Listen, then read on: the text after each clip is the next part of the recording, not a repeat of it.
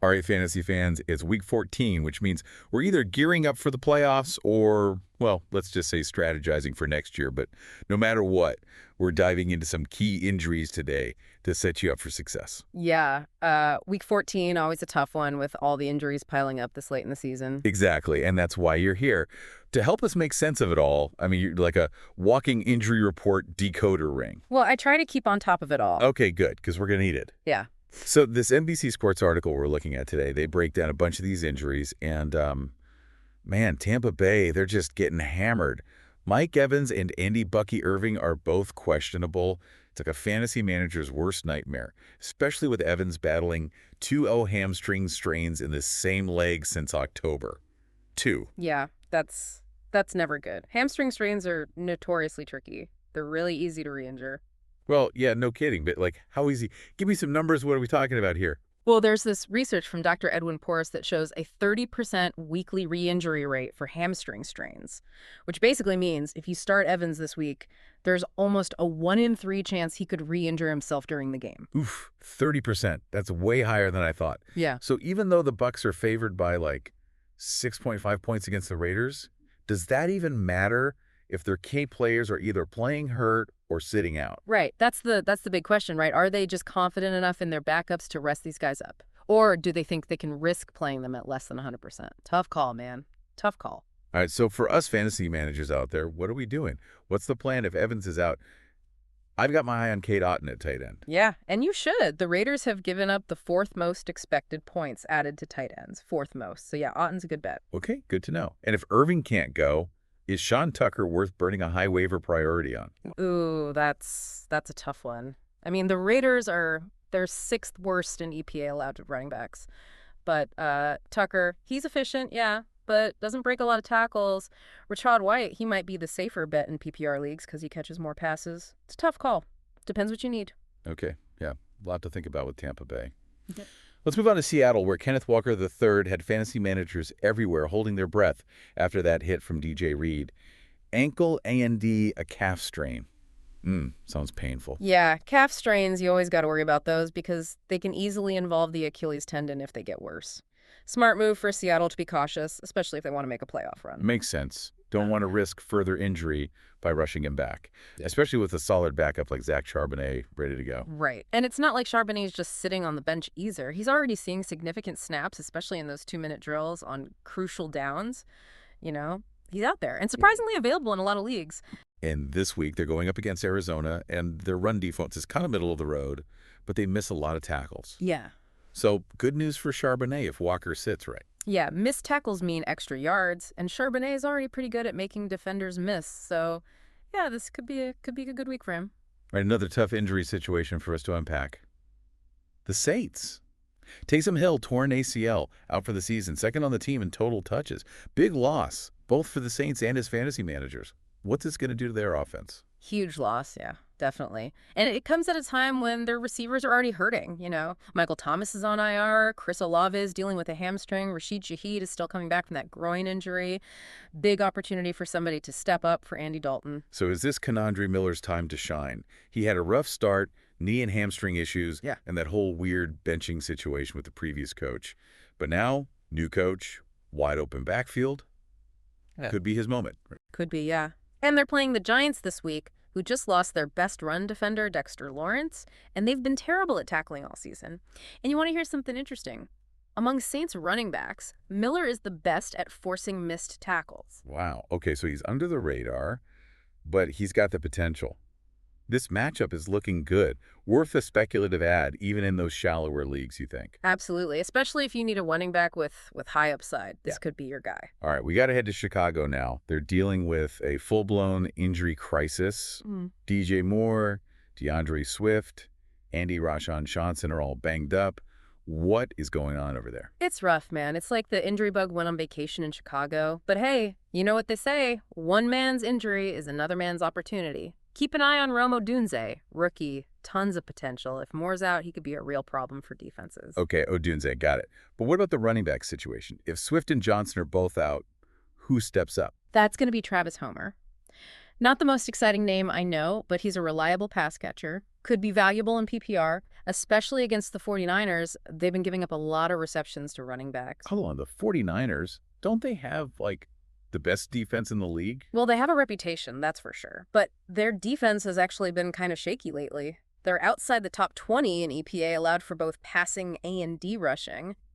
And they lead the league in missed tackles against the run. Who would have thought, right? Wow, that's wild. So maybe this Bears offense, even with all these injuries, they still have a chance. Definitely possible. And don't forget about Cole Kmet at tight end. Already a solid streaming option, and if those other guys are out, he'll be seeing even more targets. Okay, so we got Odunze, Homer, and Kmet all on our watch list. What I love about these injuries is that they just, like, totally change the fantasy landscape. Every week, it's something new. That's what keeps it interesting, right? You got to be on your toes, always thinking ahead. One injury can turn a whole team upside down. All right, so we've covered a lot of ground here in part 1, but we're not done yet.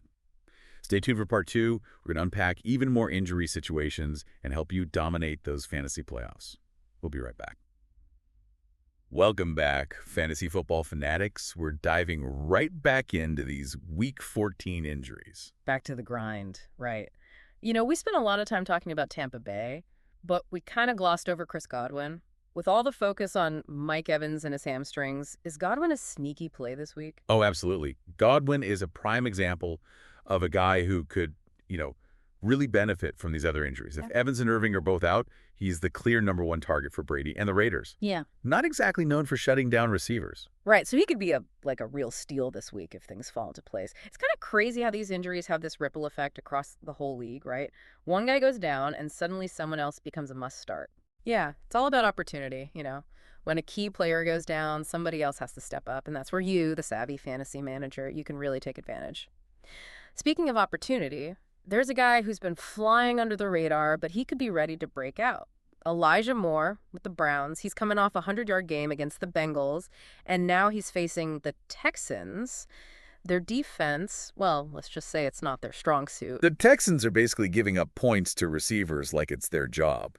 I drafted Moore thinking he could be a steal, but it's taken a while for him to find his groove in Cleveland. I think this is the week he finally puts it all together. It's definitely possible. The Browns seem to be figuring out how to use him, and Watson's starting to trust him more. Plus, that matchup against the Texans, couldn't ask for anything better for a receiver.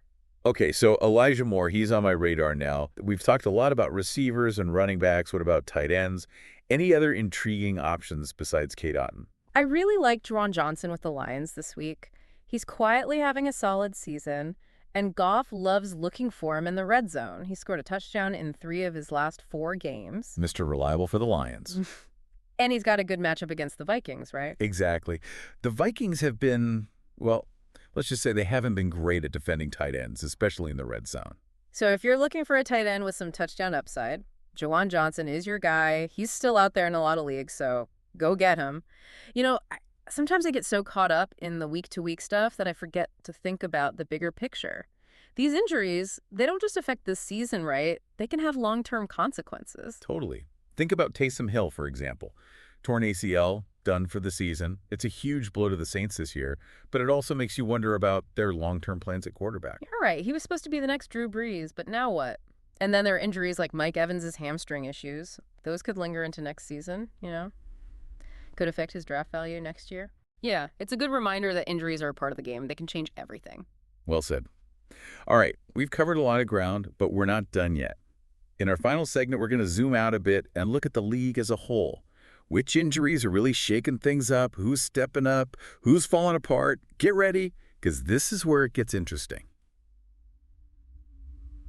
We're back, and it's time for the final stretch of our deep dive into this week's injury mayhem. Yeah, we've uncovered some sneaky waiver wire targets so far, but now it's time to really separate the wheat from the chaff, the contenders from the pretenders. All right, out of all these injury situations, which one's got you the most intrigued fantasy-wise? That situation in Chicago, it's really fascinating. DJ Moore, DeAndre Swift, Rashawn Johnson, all potentially out.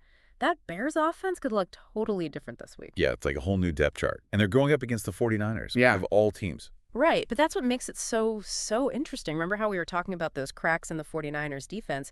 This could be a chance for those Chicago backups to really step up and show what they can do. Rome Odunze, he's a name we keep coming back to. He's got the size, the talent, could be a real headache for defenses. What do you think? breakout game potential. Oh, absolutely. He's a big target, excels at contested catches, and if the 49ers keep struggling with tackling, he could have a huge day. And then there's Travis Homer. Not the most exciting name, but hey, if Swift and Johnson are both out, he could be a solid PPR play. Especially against the 49ers, yeah, they've been vulnerable to pass-catching backs all season. And of course, you got to mention Cole Kmet, already a solid tight end, but if those other guys are out, he's going to be seeing even more targets. Oh, for sure. Great streaming option. And against the 49ers, who, haven't exactly shut down tight ends this year, his ceiling it's really high. So Oduzze, Homer, Kmet, all worth considering for your lineups this week. Any other under-the-radar guys we should keep an eye on? Well, the Saints' backfield is still a bit of a mystery. Taysom Hill's out for the season. Condry Miller, he has the potential to be a workhorse back, but we haven't seen enough to know for sure. Yeah, this week against the Giants will be a real test. If he can handle a big workload and take advantage of their generous tackling, he could be a league winner. No doubt. Definitely worth a speculative ad in most leagues. So as we wrap up this deep dive, I want to leave you all with this thought. Injuries are a part of the game. They're frustrating, but they also create opportunities. Opportunities for players to step up, for coaches to, get creative, and for you, the fantasy manager, to make those savvy moves that can win you a championship. It's all about adapting and staying ahead of the game. Do your research, trust your gut, and don't be afraid to take some risks. That waiver wire pickup you make this week could be the difference maker. Thanks for joining us for this deep dive into Week 14. Good luck in those playoffs. We'll be back next week with more insights and analysis. Until then, happy hunting.